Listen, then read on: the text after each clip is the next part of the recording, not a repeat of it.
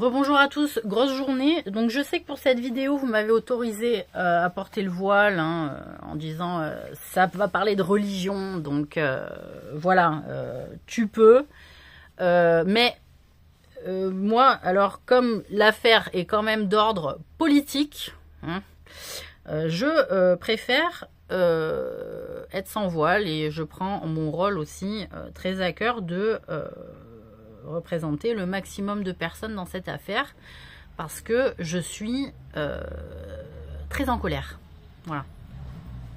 Donc, je me suis prêtée au jeu et à la suggestion qu'on m'a faite de prendre un passage de l'Ancien Testament au hasard. Moi, sachant que j'ai pas de livre de la Torah. J'ai l'Ancien Testament, donc j'ai la Bible à la maison. Voilà, j'en ai 2 exemplaires de Bible. Voilà. Donc, voilà. Donc, j'ai ouvert la page à un endroit où j'avais mis une petite corne, vous voyez. Voilà. Donc, j'ai pris au hasard. Je me suis prêtée au jeu puisque ça m'a été suggéré. Et donc, je suis tombée sur le premier livre de Samuel. Voilà. Premier livre de Samuel où je suis au chapitre 2. Et donc, je suis dans le verset 12. Je suis tombée au chapitre 2. J'ai dit, bon, ça m'inspire pas trop sur l'actualité. Par contre, au verset 12, là, ça m'a un peu plus inspiré. Donc, je vous lis ce que je lis. Donc, le péché des fils d'Élie, jugement divin. Voilà. Les fils d'Élie étaient des hommes pervers. Ils ne connaissaient point l'Éternel. Donc Dieu. Et voici quelle était la manière d'agir de ces sacrificateurs à l'égard du peuple. Fils de prophète. D'accord, Élie c'est un prophète. Bon. Lorsque quelqu'un offrait un sacrifice, le serviteur du sacrificateur arrivait au moment où l'on faisait cuire la chair. Tenant à la main une fourchette à 3 dents, il piquait dans la chaudière, dans le chaudron, dans la marmite ou dans le pot, et tout ce que la fourchette amenait, le sacrificateur le prenait pour lui. C'est ainsi qu'ils agissaient à l'égard de tous ceux d'Israël qui venaient là à Silo. C'est drôle, hein? Comme le terme Silo a été réutilisé dans le fait d'utiliser un entonnoir qui broie. Donc voilà comment était traité donc Élie. Il semble qu'il était juif. Ceux qui venaient d'Israël étaient mélangés arabes, mélangés juifs.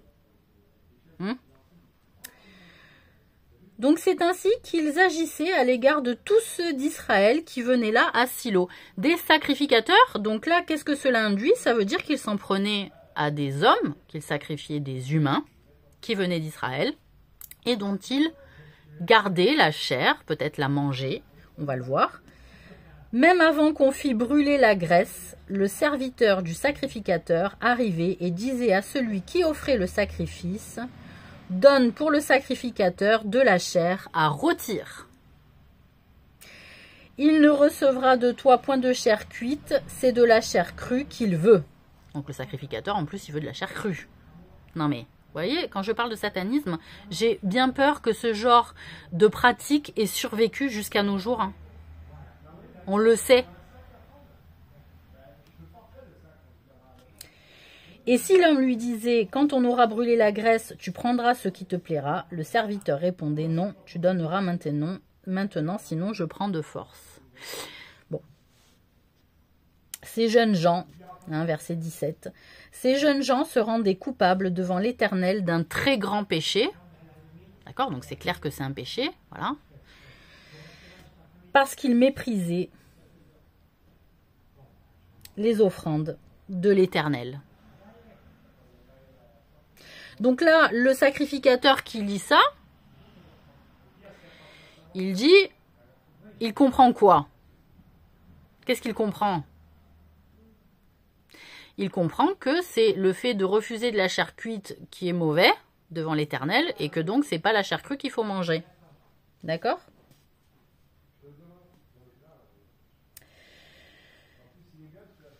Alors qu'en réalité, les offrandes étaient, moi je vais vous le dire, ceux d'Israël. Voilà. C'est-à-dire les immigrés d'Israël qui rentrent à Silo.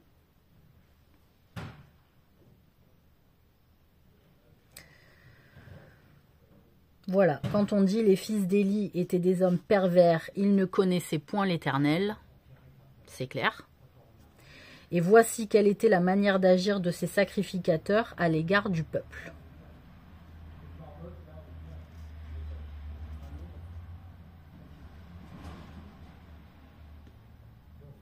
Et donc là, quand on dit tenant à la main une fourchette à 3 dents, il piquait dans la chaudière, dans le chaudron, dans la marmite, ça, c'était des rites, des rituels ancestrales qui sont sûrement encore utilisés encore à nos jours. J'en suis sûre. Voilà. Donc ça, ce sont des codes. Ils ne prennent que ce qu'ils veulent, effectivement, du livre. Parce que quand on lit le reste, c'est incohérent. Je vais vous lire la suite. Comment est écrit le texte. D'accord? Vous allez me dire si c'est très cohérent. Voilà. Donc, ces jeunes gens se rendaient coupables devant l'Éternel d'un très grand péché parce qu'ils méprisaient les offrandes de l'Éternel. Bon. Déjà, on a un aspect noyé de ce que c'est l'offrande, puisqu'il y a eu du détail de savoir si la viande elle était rôtie ou pas, s'il allait la manger crue, s'il allait manger avec graisse ou sans graisse. Samuel faisait le service devant l'Éternel et cet enfant était revêtu d'un éphod de lin. Sa mère lui faisait chaque année une petite robe et la lui apportait en montant avec son mari pour offrir le sacrifice annuel. Élie bénit Elkana et sa femme en disant que l'Éternel te fasse avoir des enfants de cette femme pour remplacer celui qu'elle a prêté à l'Éternel. Et ils s'en retournèrent chez eux. Lorsque l'Éternel eut visité Anne, elle devint enceinte et elle enfanta 3 fils et 2 filles et le jeune Samuel grandissait. Donc là, on a un détail de sacrifice fait particulier avec des détails d'ancestralité de rites. Et puis on revient à la famille, au triptyque de la mère, de Samuel, de l'enfant, etc. Donc Samuel serait un fils béni de Dieu et les autres enfants, les fils d'Élie, étaient des hommes pervers. Parce qu'en réalité, qu'on m'explique pas que la perversité de ces hommes ne se lie qu'au fait qu'ils mangent la viande crue, d'accord? Et non cuite et non sans graisse. Les choses, elles sont un peu cachées et on sait que la science du Talmud est dans la lecture de la Torah des choses cachées. Non mais, je peux prendre un autre passage au hasard de Dieu, je l'espère. Je vais aller dans le livre des Nombres. Ah bah tiens, je tombe encore sur un chapitre de sacrificateurs et lévites. On va voir. Chapitre 18. Voilà. Donc dans le livre des Nombres. Alors, chapitre 18. L'Éternel dit à Aaron, toi et tes fils et la maison de ton père avec toi, vous porterez la peine des iniquités commises dans le sanctuaire. Toi et tes fils avec toi, vous porterez la peine des iniquités commises dans l'exercice de votre sacerdoce. Fais aussi approcher de toi tes frères, la tribu de Lévi, la tribu de ton père, afin qu'ils te soient attachés et qu'ils te servent. Lorsque toi et tes fils avec toi, vous serez dans la tente du témoignage. Ils observeront ce que tu leur ordonneras et ce qui concerne toute la tente, mais ils ne s'approcheront ni des ustensiles du sanctuaire, ni de l'autel, de peur que vous ne mouriez, eux et vous. Ils te seront attachés et ils observeront ce qui concerne la tente d'assignation pour tout le service de la tente T-E-N-T-E, donc la tente avec, voilà, la tente de camping. Aucun étranger n'approchera de vous. Vous observerez ce qui concerne le sanctuaire et l'autel, afin qu'il n'y ait plus de colère contre les enfants d'Israël. Voici, j'ai pris vos frères, les Lévites, du milieu des enfants d'Israël, donnés à l'Éternel. Ils vous sont remis en don pour faire le service de la tente d'assignation. Toi et tes fils avec toi, vous observerez les fonctions de votre sacerdoce. Pour tout ce qui concerne l'autel et pour ce qui est en dedans du voile, c'est le service que vous ferez. Je vous accorde en pur don l'exercice du sacerdoce. L'étranger qui approchera sera mis à mort. L'Éternel dit à Aaron, « Voici de toutes les choses que consacrent les enfants d'Israël, je te donne celles qui me sont offertes par élévation. Je te les donne à toi et à tes fils comme droit d'onction par une loi perpétuelle. Voici ce qui t'appartiendra parmi les choses très saintes qui ne sont pas consumées par le feu. Toutes leurs offrandes, tous leurs dons, tous leurs sacrifices d'expiation et tous les sacrifices de culpabilité qu'ils m'offrirent, ces choses très saintes seront pour toi et pour tes fils. Vous les mangerez dans un lieu très saint, tout mâle en mangera, vous les regarderez comme saintes. » Bon, alors, on commence par le fait où l'Éternel dit à Aaron, « Toi et tes fils et la maison de ton père avec toi, vous porterez la peine des iniquités commises dans le sanctuaire. » Donc des iniquités, c'est-à-dire le fait de rendre justice de manière inéquitable. Et a priori, c'était quelqu'un d'autre qui portait le fardeau de la tente d'assignation, donc c'est-à-dire la tente où on se donne rendez-vous pour témoigner, pour rendre justice, sur une situation de rapports sociaux liés à la communauté. Et il en donne la responsabilité à Aaron, en disant, voilà, c'est ton fardeau, c'est toi qui vas porter le poids de cette responsabilité-là, avec tes fils. Donc tous les dons qui sont faits, qui ne seront pas consumés par le feu, donc il y avait, comment on appelle ça, des coupes, des choses comme ça, bon, qui ne sont pas consumés par le feu, donc pas comme le bois, pas comme la chair, pas comme les fruits. Voilà. Donc, c'est-à-dire, on considérait ça comme, entre guillemets, sacré, quelque chose qui n'est pas consumé par le feu. D'où l'exemple, j'imagine, de Abraham, qu'on fait rentrer dans le feu pour voir s'il va être consumé ou pas. Et donc, le miracle est qu'il n'est pas consumé, donc il est sacré. Voilà. Donc, on reprend un petit truc au hasard, parce que la thématique, elle est là, après, je ne sais pas qui c'est qui a mis les titres. On est dans le livre des Chroniques. Donc, je ne sais pas, amusez-vous, entre chrétiens et rabbins, de faire de la lecture comparée entre Torah et Ancien Testament. Donc là, je tombe sur Prise de Rabat, chapitre 20. Voilà. Prise de Rabat, chapitre 20. L'année suivante, au temps où les rois se mettaient en campagne, Joab, à la tête d'une forte armée, alla ravager le pays des fils d'Ammon et assiéger Rabat. Mais David resta à Jérusalem. Joab bâtit Rabat et la détruisit. David enleva la couronne de dessus la tête de son roi et la trouva du poids d'un talent d'or. Elle était garnie de pierres précieuses. On la mit sur la tête de David qui emporta de la ville un très grand butin. Il fit sortir les habitants et il les mit en pièces avec des scies, des herses de fer et des haches. Il traita de même toutes les villes des fils d'Ammon. David retourna à Jérusalem avec tout le peuple. Après cela, il y eut une bataille à Gézer avec les Philistins. Bon. Donc, là, on est sur le couronnement de David, qui s'est couronné lui-même et qui a déchiqueté la population donc, de Rabat. Donc, on a dénombrement et peste dans le chapitre 21. Voilà, tiens, ça m'inspire. Donc, Satan se leva contre Israël et il excita David à faire le dénombrement d'Israël. Et David dit à Joab et aux chefs du peuple, « Allez, faites le dénombrement d'Israël depuis Beer-Sheba jusqu'à Dan et rapportez-le-moi afin que je sache à combien il s'élève. » Donc le dénombrement, c'est-à-dire sûrement ce qu'il y avait comme richesse au sein d'Israël et d'avoir une idée des richesses du pays.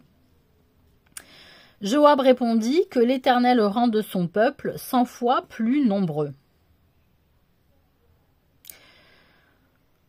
Ô roi, mon seigneur, ne sont-ils pas tous serviteurs de mon seigneur? Mais pourquoi mon seigneur demande-t-il cela? Pourquoi faire ainsi pécher Israël? Le roi persista dans l'ordre qu'il donnait à Joab, et Joab partit et parcourut tout Israël, puis il revint à Jérusalem. Donc Joab remit à David le rôle du dénombrement du peuple. Il y avait dans tout Israël 1100 000 à dénombrement, pardon, c'est pas les richesses, bah si. Attendez. Il y avait dans tout Israël 1100 000 hommes tirant l'épée et en Juda 470 000 hommes tirant l'épée. Ah, c'était pour les combats. C'était pas pour les richesses, c'était pour les combattants, les hommes combattants. Il ne fit point parmi eux le dénombrement de Lévi et de Benjamin, car l'ordre du roi lui paraissait une abomination. Cet ordre déplut à Dieu qui frappa Israël. Et David dit à Dieu, j'ai commis un grand péché en faisant cela. Maintenant, daigne pardonner l'iniquité de ton serviteur, car j'ai complètement agi en insensé. L'Éternel adressa ainsi la parole à Gad, le voyant de David. En réalité, il me semble, maintenant que ça me revient en mémoire, que le juif ne pouvait pas combattre. Donc, comment on appelle ça? Ils allaient en Israël de manière à ne pouvoir être protégés, puisque c'était un pays considéré comme juif. Et donc, ils étaient à l'intérieur, en sécurité. On ne les obligeait pas à se battre. Parce qu'en réalité, pourquoi aussi beaucoup de juifs étaient faits esclaves ou risquaient de se faire esclaves? Parce qu'ils avaient reçu l'ordre de Dieu de ne pas combattre. Et c'était toute la difficulté d'être juif aussi. Donc il fallait patienter. Et donc généralement les gens restaient liés entre eux de manière à ne pas se battre. C'est pour ça aussi qu'il était compliqué pour Moïse quand il a dû fuir Pharaon. C'est-à-dire on n'a pas le droit de se battre, donc on est en fuite. Parce qu'il y a beaucoup de gens qui ont dit pourquoi il ne s'est pas battu. Mais en réalité, l'ordonnance des Juifs de Dieu, c'était de ne pas être un peuple de belliqueux, donc de combat. Donc là, quand on a un roi, David, il me semble que je m'en souviens de cette histoire. Quand on a le roi David qui demande combien il y a d'hommes armés ou capables de se battre en Israël, là, c'est-à-dire... il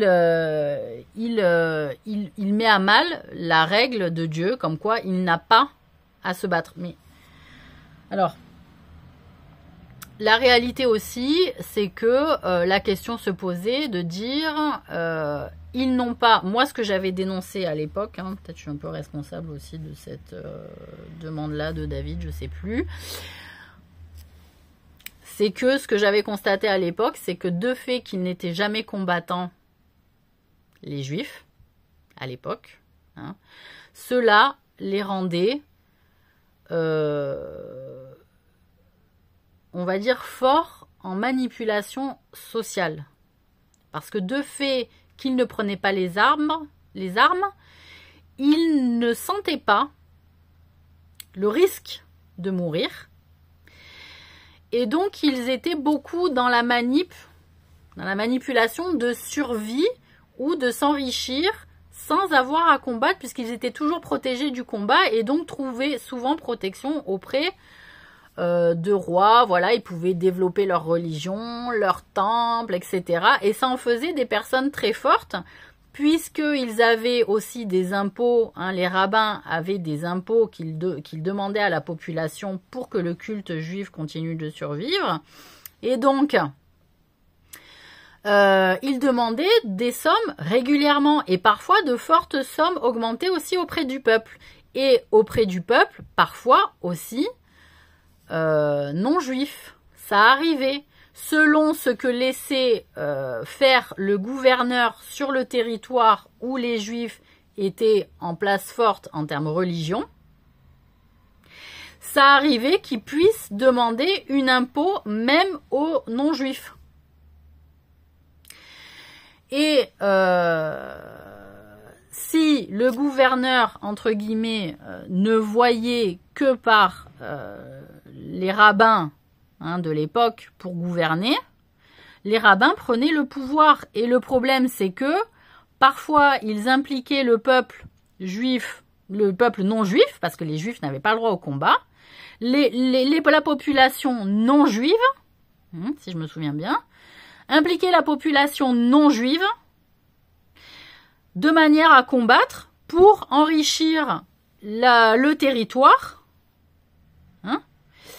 et dont les juifs et les rabbins.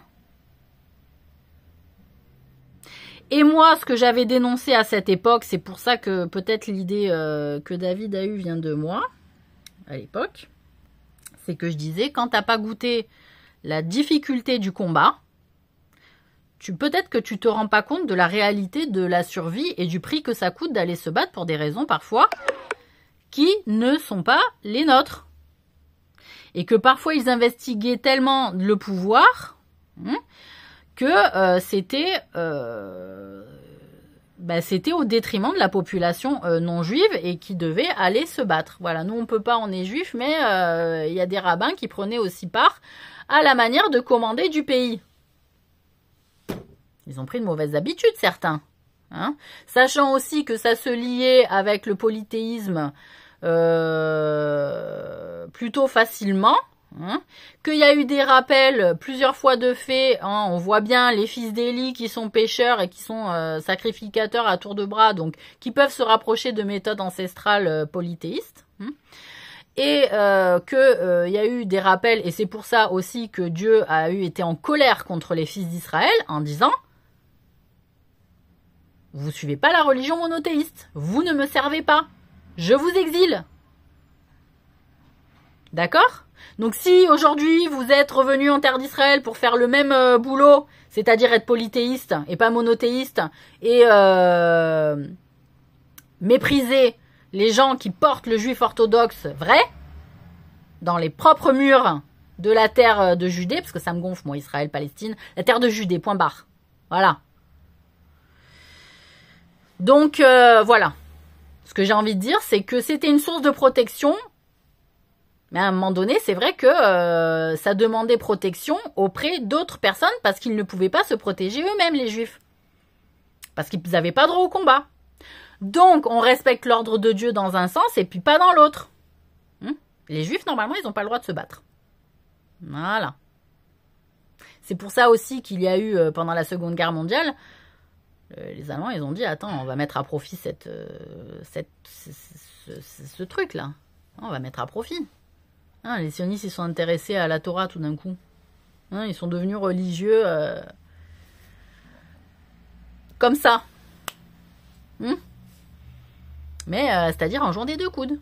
C'est-à-dire on s'intéresse et puis en même temps les vrais, ceux qui se combattent pas, on va pas s'en servir parce que ils en ont fait fi de l'ordre de pas se battre pour les juifs, les Israéliens quand même. On est d'accord. Ils passent tous le service militaire là-bas. Voilà. Donc voilà, moi j'en ai marre un petit peu, moi j'en ai marre de cet ordre de Dieu. Donc ils en ont fait, eux aussi ils en ont eu marre, ils ont pris les armes, mais au départ, voilà, les Juifs doivent vivre de ce que donne le pays qui les protège. C'était ça. Comme les samouraïs, vous voyez, au Japon, c'est-à-dire on se met au service de la population et on prend ce qu'on nous donne. Non, après il y a les rabbins, ils ont pris part comme ça à la vie politique, ils se sont fait inviter, ils ont grossi, etc. Voilà, on a fait affaire. Eh ouais, c'est comme ça que ça s'est passé. Donc, je sais pas, il y a maintenant des juifs combattants, puis des juifs qui respectent aussi la Torah vraiment orthodoxe, pure. Il doit y avoir des versions autres que peut-être notre Ancien Testament, faut voir. Mais voilà. Ils ont eu l'ordre de ne pas être belliqueux, les Juifs, et de ne pas se battre. Donc, voilà, mais à un moment donné, voilà, quand tu as le goût de la survie, tu fais moins par derrière les affaires au détriment de ceux qui partent au combat, qui peuvent pas s'occuper sur le territoire de ce qui se passe, et puis quand ils reviennent, les choses ont changé. Parce que eux, ils sont restés, et ils ont manipulé un peu tout le monde à leur sauce. C'est arrivé. Je dis pas que ça a été le cas à chaque fois, mais c'est arrivé. Voilà, ça dépend des personnalités de chacun aussi. Faut pas se leurrer. Voilà. Ah, putain, c'est du lourd aujourd'hui. Hein.